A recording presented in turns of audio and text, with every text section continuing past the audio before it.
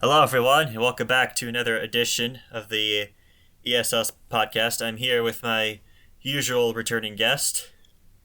Hey everyone, Alec the Side Question Gentleman here, back with more Coldplay podcasting, and we've Yeah, got quite a bit to say on this, and this will actually be a divisive episode between us, although we're kind of like, we do have similar opinions on it, although one is more negative than the other, and oh yeah. boy, I can't wait to get into that.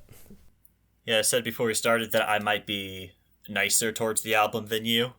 Yeah, I just gave it a second listen through. I think it might just be the first bad Coldplay album, Yeah. if I'm being honest. Like, somewhere like a 3 or 4 out of 10, not to spoil my overall reasoning. And I know this might risk some people shutting a podcast off right now, right here. So, but I'm not going to falsely advertise a conclusion. So, Yeah. what do you think of it so far, EB? Well, I don't want to give away too many of my thoughts, but I think overall I'd say I'm more indifferent towards the album than I would say that I'm negative towards it. That's valid. Yeah, so I think I listened to about like maybe 4 or 5 times already. Oh, It's grown on me a little bit since I first listened to it, but not by much. Uh, the total opposite happened with me. I'm like, it's all right first listen through, but then I gave it another listen through. I'm like, wow, some of the tracks are better, some tracks are worse. Yeah, But I think I was definitely disappointed, but now I'm just like confident that this disappointment is going to stay at least until Music of the Spheres Volume 2 comes out. And yes, it is confirmed that they're getting multiple volumes of this being the first volume, because Coldplay's kind of pulling like what System of a Down did with Mesmerize and Hypnotize, have like a bunch of different albums, create one like little singular piece, and I think there's going to be like 3 editions to it. But like you can see on the CD case, like in the back of it, it says Volume One, and it just lists out the subtitle that I completely forgot about already. But that might just be a little confusing for future releases when Volumes 2 and 3 came out, yeah, because it'll be like a Star Wars situation where we will now have to call it by its subtitle, like A New Hope, and in this case, Volume One, whatever the hell the subtitle was. yeah. I think I think usually we kind of do a track by track thing. I think we could get into that now, but since the first one's an interlude, I guess we could combine the two tracks into one discussion with Music of the Spheres and Higher Power.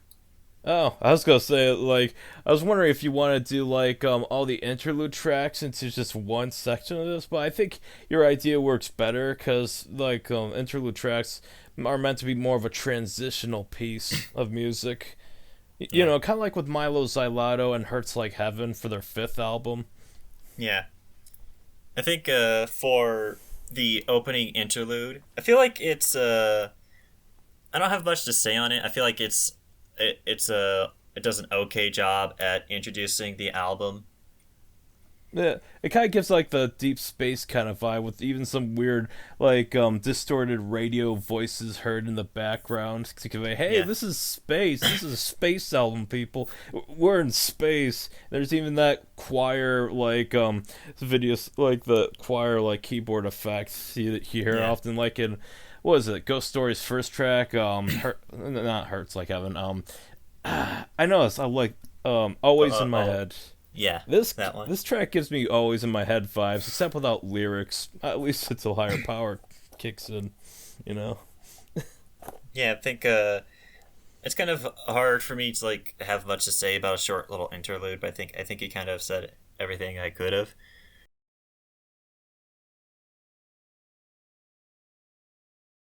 All right, yeah. Continue your thought. Yeah, I think I wanted to move on to Higher Power, which is the first song they released for uh the album, like all the way back in May. Yeah, I remember being pretty excited for it when it was like first announced. yeah. During the live stream, they were actually like talking to like some astronaut, and then like the dance video Yeah, just like showed up. Not the one where like people are dancing, but rather the band is playing, and holograms of these alien dancers are seen in the yeah, background. yeah. I remember really loving Higher Power when I first heard it, but after like a few more listens, some of the cracks started to show through. Uh, I would say that I still like the song, but it's kind of I suppose. yeah, I kind of like the echoing like beach drums in the background, kind of giving it like an alien sound effect. But the lyrics are kind of dumb boy bandish crap, you know. This boy's Yeah, electric, you know. Like what the fuck is that? yeah.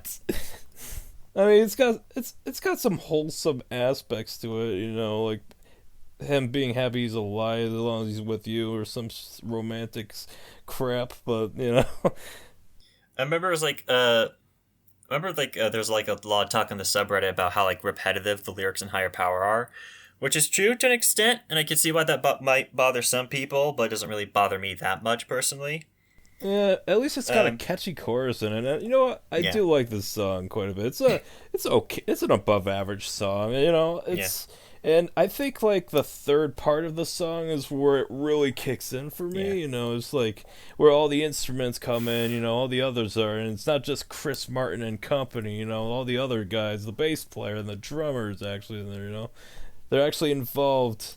I think going back to the lyrics, I think like the only lyric that I strongly dislike is the one who's like where he says, "I think my shoe's untied." Yeah. That was like, Like, and my god, the music video for that, he's actually just like tying his shoe, and I'm like, really? I never saw anyone incorporate tying their shoe into a dance movement, you know? yeah, it's just like it seems like I get what they're trying to say with it, but it's just like I can't help but like, is that really the best you could come up with? Yeah. Oh, and this features a recurring element with the lyrics, like where you know you hear some like very distorted, computery kind of lyrics, like it's like for example, in like the second verse, you can just like hear Droker Nekorb kill me or something like that, but it's backwards. It says I'm like a broken record. I'm Yeah, like, they try to do that with to make, hey guys, look, this is alien language. It's like, all yeah, right, it's just English except backwards. Like, what are the odds of that? yeah. I actually kind of like the "I'm like a broken record" kind of lyric because like Oh it's yeah, just I was, and it's like that's not how broken records really work, but I don't care. yeah. It's like I wasn't expecting. It's like, oh, they actually did that. Okay. Okay, you know, but Yeah, I still, think that whole backwards English shit, that's the same shit I pulled on my season 6 premiere, where I just make a satanic swear jar, just speak backwards. I just like say certain phrases into it, and then distort it and make it sound all evil and shit. But it's not yeah, really that compelling. yeah. It's It's like intentionally supposed to be goofy, you know. yeah. I think with higher powers, like the initial vibes I got from it is kind of like it felt like a combination of X and Y and Milo Xyloto in a lot of ways. Oh, I got more Milo Xyloto vibes out of it, to be honest. You know, Yeah, with the more pop sensibilities in the song. yeah. I suppose like now I suppose like it's probably more like a more leaning towards Milo than it is X and Y. Yeah. But I overall, mean, I'd say like that higher power is probably like not the worst song they could have led off with. I mean, it's like I when it did come out, I'm like, oh, I'll see what the rest of the album has in store, but I just hope this is like the rest of the album is not like this. Yeah, Not that it'll be bad or anything like that. I mean, but still, I like my Coldplay records be, you know, a little more, have a variety of sounds and shit. yeah. Next we have Humankind is the next track on the album. Yeah, and I'm gonna start off with a weird comparison. I'm surprised no one else brought up, but instrumentally, this feels like it belongs on like Sonic Colors, the video game. You know, I Hmm. don't know. I just think of Planet Wisp and like the Interstellar amusement park that when this song's playing, because instrumentally, it kind of sounds like it belongs on that game. Yeah, I'm not really familiar with Sonic, and also I don't know. I Well, I don't know just if meant that's like with repetitive drum beat and like electronic yeah. kind of like percussion. Yeah, I'd say that like Humankind is kind of like similar to Higher Power to me. It's like it's not great, it's not terrible. It kind of exists as an Uh, album. I, I like the guitar, and I really like the synth. The synth especially giving Sonic Color vibes. So maybe I just like this song because it sounds like it belongs in Sonic Colors, and I like Sonic Colors. Sue me. I think like there's a. I think the song I is just like think the lyrics are. I'm sorry. What'd you say? Yeah, it's like there's a bit of a lore element to the album that's like connects the songs together. And Humankind, like it says, I think. Oh, like a minute, I'm trying to pull it up. It says it's about how like there's an alien on one of the planets in the spheres, and how like it's their first time hearing music ever, and that's kind of like what the song's about. Oh. In terms of the lore perspective. Oh, I think Coldplay was the one to be their first introduction to this concept of music. Yeah. I think that's kind of like the where like the whole lyric of like today I heard the strangest sound kind of thing. Yeah, but lyrically this is kind of basic. I don't know how to say it. Like it just doesn't really do anything compelling, or it doesn't have you think about the concepts behind it really. Yeah. Like my heart started glowing. I feel it inside. It's flowing. I'm like, it sounds like a ninth grader street poet. Yeah. Just saying. I don't know if I really have much to say regarding Humankind, because it's just kind of like a track that exists as far as I'm concerned. Yeah, don't really have it's okay. one. I prefer Higher Power. It's a lot more fun, and it's like the chorus actually kicks ass, especially like in the third part. But I feel like, I think I prefer Higher Power too, and there's a lot more I could say about Higher Power. As for the next two, we got another interlude, which is Alien Choir, which is like written as like little stars on the album. Yeah, this is probably like my favorite of the interlude tracks.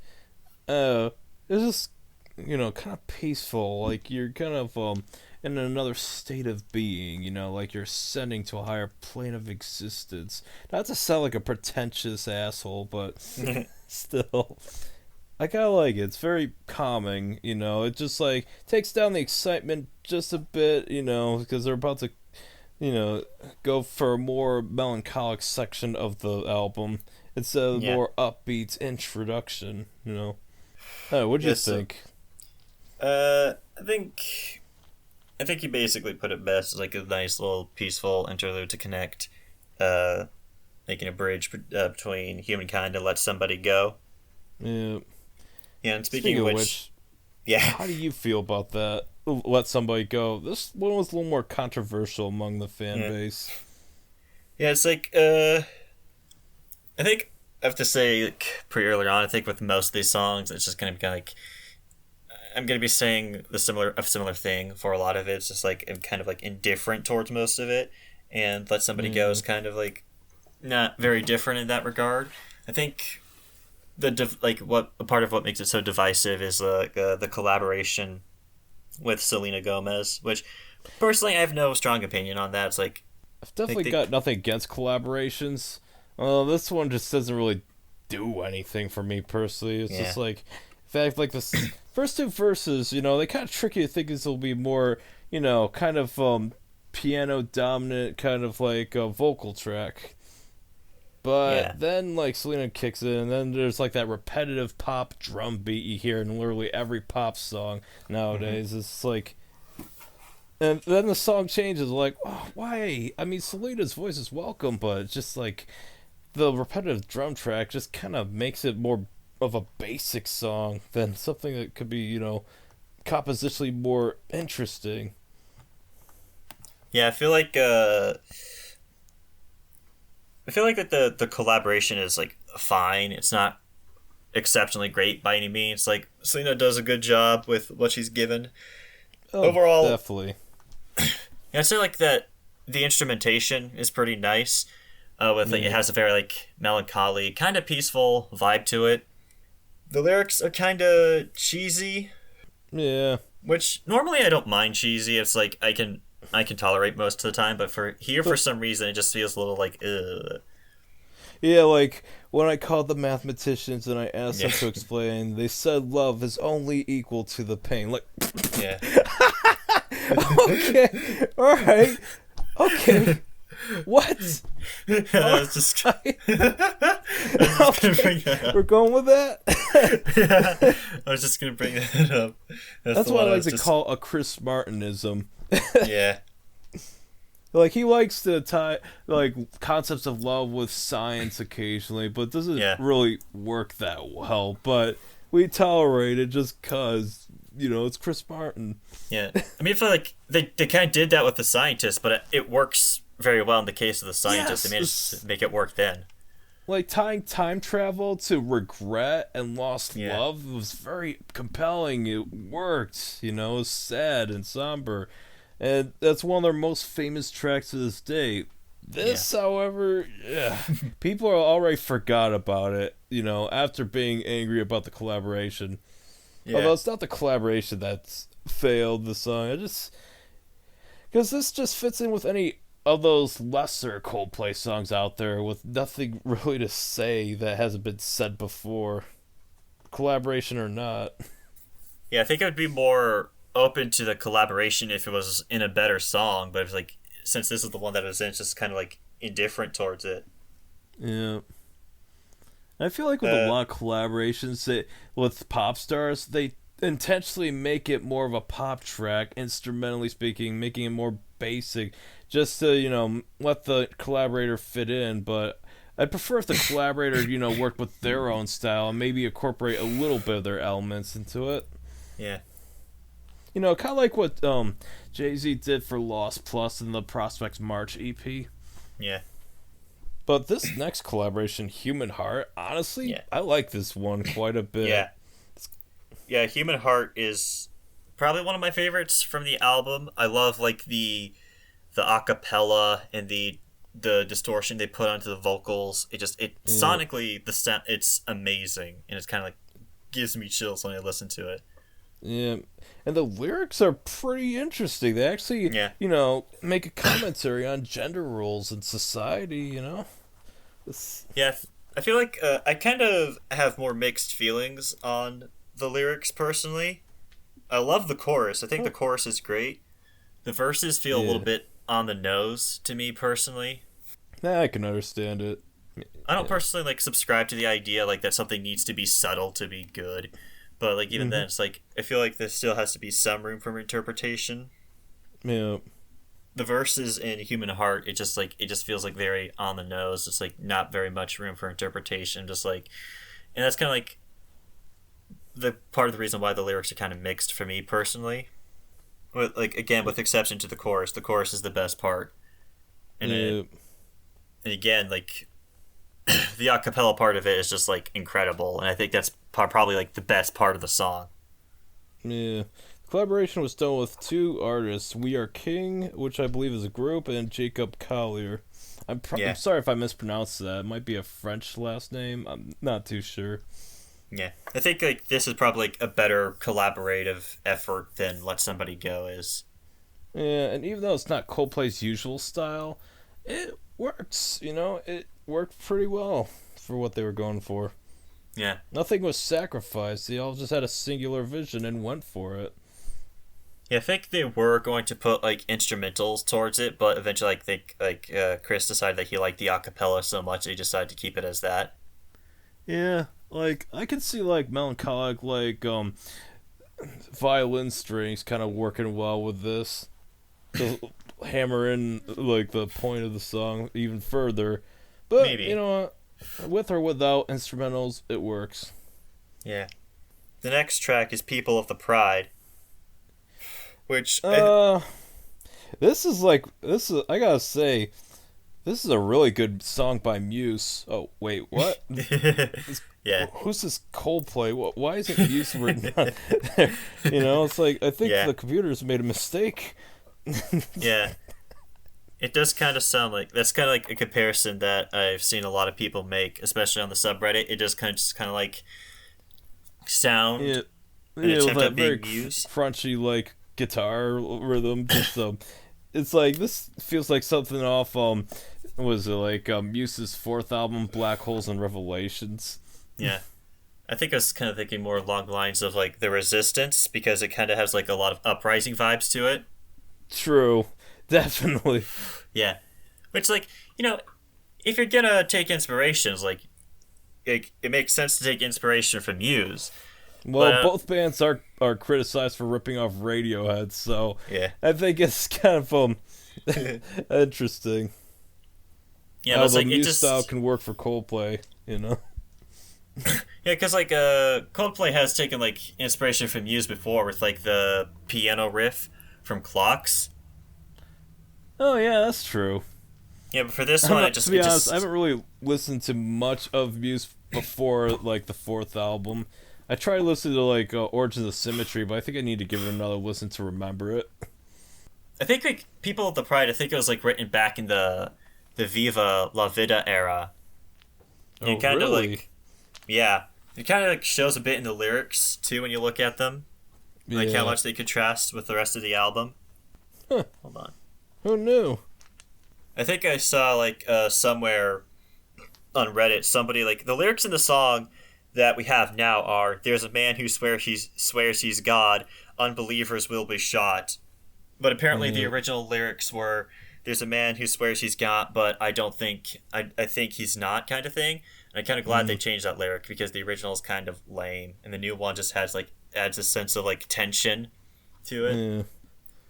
But it's kind of interesting how they reappropriated the lyrics to be more of a sci-fi kind of theme rather than just French Revolution era. And I think you were talking about the guitar riff before. Like, I'd say it's a good riff, all things considered. But I feel like that Yeah. the similarities to Muse, I feel like it's too similar to Muse, I would say. It's like, I think if they were going to take inspiration from it, I would like to have more of like a Coldplay twist to it, but I don't feel like they've done enough of that with People of the Pride. Yeah, or at least make a more complicated riff that to like ward off like any suspicions of taking inspiration from Muse. Like you could keep that crunch, but just go for something that doesn't really sound like what you said. Yeah. The Resistance, like specifically I don't uprising. think like People of the Pride is terrible or anything. It's just like, it's kind of like it's not a bad listening experience by any means. It just kind of gives that sense of like, it's like, I kind of want to, makes me kind of want to listen to Muse instead. Yeah. I think I might just listen to Resistance Yeah. after this podcast. I need to might give do that that. another listen. It's like that's my second favorite Muse album after Black Holes and Revelations. The next song on the track, I think, is probably going to have a bit of an interesting discussion. Oh, this song. They can't even spell it right. That's how you know it's bad. When the artist gives so little of a shit, they can't even be bothered to spell it correctly. But I Alec, think it's cute. it's And you must think beautiful. illiteracy is freaking adorable. To quote Boondocks. Yeah, it's like the thing, I think like the thing that people point to the most is the high-pitched alien voice in it. Yeah, that is fucking annoying. Like, God. I always skip this track, and it's only like one of 3 tracks I actively skip in a Coldplay album, Yeah. What most weaker Coldplay songs, I just tolerate the listen, But Yeah. this, along with Princess of China and X Marks the Spot, I just skip unapologetically. Yeah, like I've heard some people like describe the song as cute, and I can understand that. I can understand how someone could listen to the song and find it cute. There's nothing cute about this. It's fucking annoying. Yeah, I thought it was kind of like, it definitely took me back at first when I heard it. It was like, what the hell is this? Yeah. When I first heard it, but I think it's kind of grown on me a little bit. Like it's really only the opening part where it says, "All I know is I love you so," that kind of annoys me. It's like, ugh. It's like everything else is like, okay, I can listen to this. But instrumentally, it's it's kind of got like a hip hop beat Yeah. in the background with like the drum track. You know, it's like, would they have a drum machine? You got Will Champion, one of the better drummers I've listened to. You just get him to go full force into this. Yeah. So, yeah, I think the lyrical content of Biutyful also is kind of like. I like. Where is it? I'm trying to find it. I think it says like Watermelon Moon at one point. It's like. I kind of like that because I think it's kind of like a nice image. I think. Okay, that's fucking adorable. Yeah. But everything else is like, it's kind of has a wholesome vibe to it, I suppose, but it's also kind of cheesy at the same time too. Yeah, but I just gotta say, Alvin from Alvin and the Chipmunks, if you're listening to this, please rejoin the Chipmunks and stop collaborating with Coldplay. Fuck this Know shit, your place. Man. Know your place. Yeah, Biutyful is like, it's. Say what you will with it about it, but at least it's not a boring song by any means. Yeah, it's definitely the worst song on this album. I know some would say My Universe is worse, but nah, not really. This is annoying. Oh yes. But I can at least tolerate that listen. Yeah, speaking of which, I think next we have the next interlude, which is Music of the Spheres 2, which leads right into My Universe. Yeah, and it's got that alien language, which like but backwards it says, "Ladies and gentlemen, spheres of the music, welcome to everyone is an alien somewhere. Remember." That's it's like, it's about the gist of it. I think there's a lot of people who don't really like this one. And it's such a nothing burger of a transition track. Yeah, it's kind of just like, I don't know. I'm having a hard time like finding things to say about it because there's just not much to say about. I know. The most interesting thing about it, I had to actively look up. You know. Yeah. So I think we have more to say about My Universe. I hated it when I first listened to it. I don't really hate it anymore. I'm not saying it grown on me. I still don't really care for it that much, but yeah. I remember like I saw like a conversation that you had on Discord with someone who's like talking about My Universe, and you were not very nice towards it at all. It's like so. I looked at like conversations of this. Apparently, a lot of people have a similar idea where like BTS, the collaborator, was not the problem. That was actually the better part of the song. The Coldplay section, you know, Chris Martin's vocals don't really do anything. The lyrics just are boring. You know, it's random. It feels like a love poem you see in like a 10th grade locker that someone was too afraid to deliver to their crush. Yeah. Yeah, I think. Am I wrong? Not necessarily. I think you kind of mentioned the hook specifically in your discussion. Yeah. Oh yeah, me and Ro, we were talking about how boring the hook was. Yeah. I think I would probably classify My Universe as a guilty pleasure song of mine. Like I wouldn't consider I can understand it good. that, to be honest. I wouldn't consider it good, but it's like it is entertaining to listen to. Yeah. And I don't know, it's like I don't know what about it, but for some reason it kind of has been like a bit of a comfort song for me for some reason. I don't know why, but it's kind of like. I think the instrumental is kind of funky, very basic, and definitely not using Will and Guy to their full potential, or even Johnny, you know, with his electric guitar. But it's funky, you know. They all just work together. Yeah, it's like I think like I don't know anything about BTS. I was not aware that they existed before. Like I think like, learning about this collaboration. I don't really know much about K-pop, but what I do know is they're like the biggest K-pop band, at least overseas. You know. I know. So I think I kind of agree with you with what you say. It's like it's kind of like not really like the collaboration side of it. That's really the problem. It's more of like the Coldplay end of it.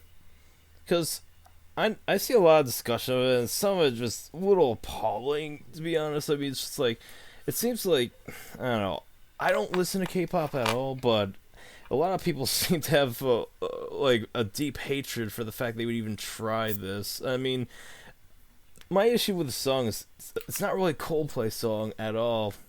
It's not even a brand new idea that they're trying out that succeeds. It's just a mishmash of ideas that don't really work. You know, it feels like BTS is more comfortable in the song doing this, but Coldplay is just trying way too hard to kind of work with the style and just ultimately not succeeding with it. Yeah, I think I heard somewhere that it was originally going to be like just a BTS song, but after they decided to collaborate with Coldplay is when it became like what it is now. Yeah. I don't know if that's true or not. But yeah, the lyrics don't really do anything. The instrumental is fine, albeit basic. It's definitely well produced, maybe a bit overproduced. That's up to you to decide. But it's no longer my least favorite song because Biutyful was pretty terrible, and this one is just below average for me. What's your take on the lyrical content of My Universe? Well, I don't speak Korean, so I'm afraid all the Korean verses get lost on me, and I probably should have looked up a translation of them before, but those are not always reliable.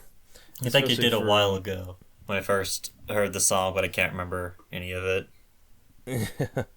But it's like, I don't think the lyrics are, it's like, they just don't really do anything for me personally. Yeah. They're not the worst in the album, but they just, like, none of it really does anything, and the chorus is just so repetitive, Yeah, they repeat every word twice just so you make sure we hammer in the home that you're my universe.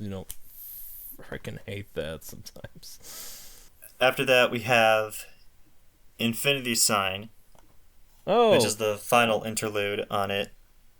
Yeah, it's just a one intergalactic celebration. The Empire has fallen. Palpatine's dead. The Ewoks are celebrating. Someone should make an edit of the scene from Return of the Jedi, but put the Infinity Sign over as the background music instead.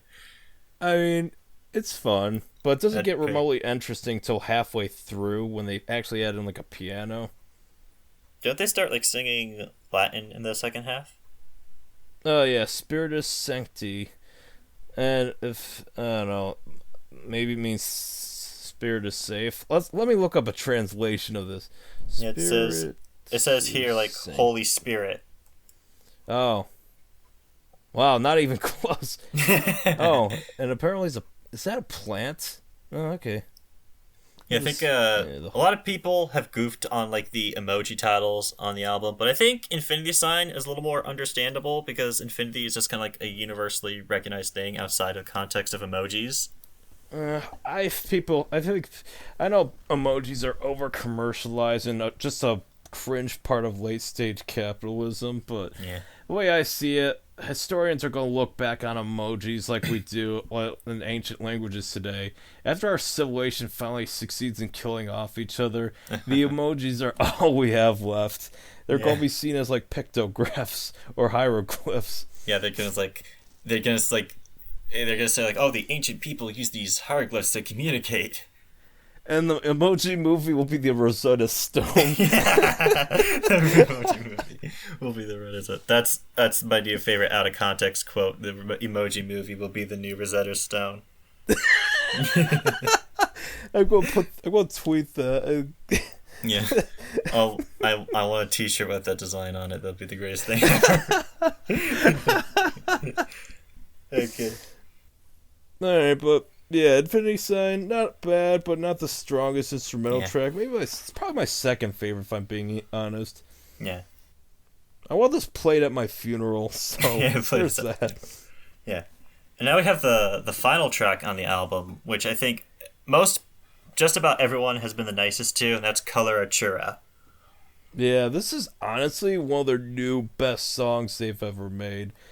I know it takes a lot of inspiration from like Dave Gilmour era Pink Floyd, but nothing wrong with that. Pink Floyd's not playing anymore. Their last album came out in like 2014 or something like that. What was it, The Endless River? And, well, I think their style, there's nothing wrong with taking a little inspiration, especially when when Johnny's guitar kicks in and like halfway through the song. Yeah. But it has a really nice, pleasant piano to it. Yeah, I've seen like some people saying like it's a Pink Floyd ripoff, which I'm not really that familiar with Pink Floyd, but I don't know how much I really like that comparison because like the few Pink Floyd songs I've listened to are like a completely different experience than listening to Coloratura. For one, Pink Floyd kind of always like. Well, there's so many eras of Pink Floyd, but the most commonly compared to would be like the Golden Age, with Dark Side of the Moon, Wish You Were Here, Animals, and The Wall. I don't recall any of them having a pleasant sounding song on it. Yeah. I mean, pleasant in terms of like positive energy. The beginning of the song just reeks of positive energy with the piano. It's all pleasant. Kind of gives a sense of deep space and shit, surrounded by nebulas and planets and stars and all that. Not to sound like, again, not to sound like a pretentious asshole, but that's where I see myself when listening to this song. Yeah, it's kind of like the vibe I get to like when listening to Coloratura too. It's like kind of like feels like going through a journey through space. Yeah. It's like this is probably the best lyrical content out of all the songs on the album. I'd say so. I know people are like, ugh, he just used this as an opportunity to sing about constellations and shit, but I don't fucking care. This song's awesome. And the fact like it's 10 minutes too is like it's kind of like when I first saw the release of it, I saw that it was like 10 minutes. It's kind of like daunting at first, but it's like super well paced. You don't feel the 10 minutes go by. Yeah, definitely not. And this is like 25% of the album's 41-minute runtime, so if you're going to get this album for one reason, it's definitely this song. Yeah, Coloratura kind of feels like out of place in a lot of ways because it's like this. It's because the rest of the album is kind of like poppy and upbeat, which is like not necessarily anything wrong with that per se, but it's like to have Coloratura on there, which is kind of like a lot deeper in a lot of ways. It just kind of feels like. It just feels weird to have it on the same album. Yeah. It's, and they say like Star Wars was used as the inspiration for like this concept of an album. And probably because they're going to release this in multiple parts, but let's say this is the Phantom Menace of like albums because it's a movie that was kind of had some exciting bits here and there, but the last third was when the movie actually felt like a Star Wars movie. This is the third act, where it's all just comes together beautifully despite a very rocky journey to that third part. Yeah. Like I've seen some people saying like that like Music of the Spheres like doesn't really deserve Coloratura. And I can kind of see that. That's not a bad point to make. It feels kind of separate from the rest of the album. And I do hope if they release Volume 2, if it kind of like leads off with like something similar to this, Not exactly like this, but you know how like one track transitions to another, it's things like that. And imagine that they'll have a track kind of musically reference Coloratura, and then just take off from there with its own thing. This is a progressive rock song with just like multiple parts and shit, and it's like greater length. One of the longest Coldplay songs ever released. Yeah, I think they could they handle like progressive rock pretty well, and I'd like to see them do more of this in the future if they could. Not exactly like this, but similar. Yeah, like I've seen like one person say like that Coloratura is like their best song since Viva La Vida, and it's like really, yeah, because like I don't know, it's like I'd say like they still have some like great songs between like Viva and Now, but it's like I'd say like in terms of something that kind of reaches the same level of Viva in terms of like just how much of like an artistic powerhouse it is, like Coloratura just might be that. Yeah, I can understand that. Even though I dare say My Little Xyloto had some Viva-esque aspects to it with an electronic influence. Yeah, it's like I'm not the craziest about Coloratura. Like I don't think it's not my favorite Coldplay song ever, but I can totally understand like why people love it as much as they do and why they consider it to be a masterpiece. Because it is just a fantastic song. It's like hands down the best part of Music of the Spheres. Yeah, and unlike the rest of the tracks, it actually fully utilizes the band members to their Yeah. like potential, you know? Yeah, it's like, I think Music of the Spheres probably would have been better if it was more like Coloratura. Definitely. Yeah. And as for whether it's a Pink Floyd ripoff, definitely not. It's more I'd say it's like 75% a Coldplay song with like the guitar riff kind of calling back to David Gilmour-esque guitar riffs from Pink Floyd, but beyond that, it's still a Coldplay song with some progressive rock elements. I'd say it's more like kind of like wearing the influence on their sleeve as opposed to a ripoff. Definitely. It's like Shovel Knight, you know, it's got DuckTales and Super Mario Bros. 3 elements, but overall is still its own game. Yeah. So I think I guess we could like talk about like overall thoughts on the album as a whole. And it's like since like they're doing like the part 1 to part 2, part 3 kind of thing, kind of like ways like kind of like how we feel about that going forward. I sure as hell hope parts 2 and 3 are better, and who knows, maybe like the albums will be better holistically than as their own parts, you know, maybe greater than the sum of their own parts, and I might not really have the full experience until I hear those albums, but as it is, this better be the weakest of the 3 albums, or I don't know how many they're going to release in this Music of the Spheres lineup. Yeah. It might just release a second album and that's it, but I'm not too sure. A lot of the fans seem committed to the fact that there's going to be like 3 of these. Yeah, I think I think there are some kind of like unconfirmed whispers about the idea that Coldplay is going to do 12 studio albums and then hang up the keys after that, which I don't know if there's any confirmation that that's true or not. But personally, Yeah. if that is true, like I wouldn't be too horribly upset if they did stop at 12, because 12 is like it's a good chunk of albums to release over a career. But I think like if they're going to end it off on something, I would hope like they end it off on a better note than Music of the Spheres, and they try to do a better job with the next 2 entries if they're doing 2 more entries after this. Yeah. If this is the start of a trilogy so far, just kind of like I wouldn't necessarily say I'm disappointed, but I'm not like completely on board either. It's just kind of like I guess we're just gonna have to wait to see where it goes from here. All I do know is I heard this was like commercially successful for them. Yeah. Probably because of the lead singles they went with, but still. The fact that they're still relevant to this day, despite betraying like a lot of what fans liked about them originally, it's still an accomplishment in their own right. Yeah, and I think another thing to consider is like the fact that this is the follow up to Everyday Life. Yeah, and as it is, one of the best albums is followed up by probably the absolute worst one. Yeah. That's definitely concerning. Yeah, like I've seen a lot of talk on the subreddit where people saying like they've grown to appreciate everyday life a lot more because of Music of the Spheres. I love that album since it came out, but Yeah. I can understand that. Like one thing about it is like I feel like that because Music of the Spheres came out as soon as it did after Everyday Life, it kind of in a way I don't know, it kind of seems like this sense of devaluing it in a lot of ways. Yeah. It's like the thing is like if Coldplay wants to make a pop album, you know, they can make a pop album. Like Milo Xyloto proves they are capable of making a good pop album. Yeah, definitely. But it's like Music of the Spheres, it's just like they weren't really on the same wavelength with it as they were with Milo. And I feel like that Everyday Life kind of deserves better in a lot of ways. Yeah.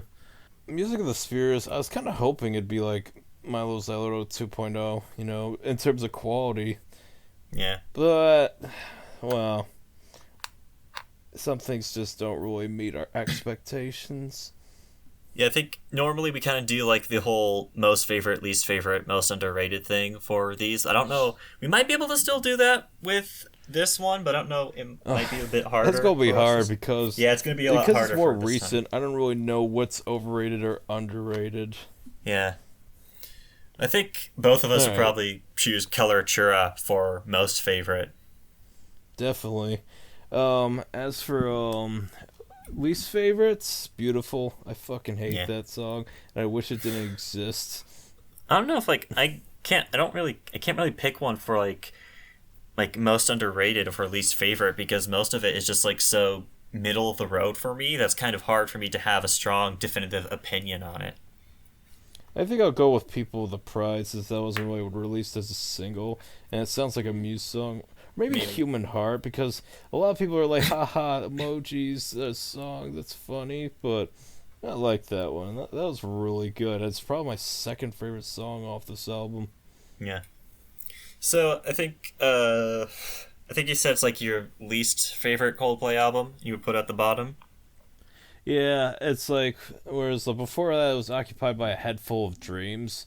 I know I used to say Parachutes, but Parachutes has kind of grown on me over time, especially as I got more into Radiohead, and I kind of liked how it was like a budget version of Radiohead. You know, it's like a lot of the tracks kind of sound like it was inspired from the Bends and OK Computer, and even though that's why some people resent it, I kind of like it for that reason.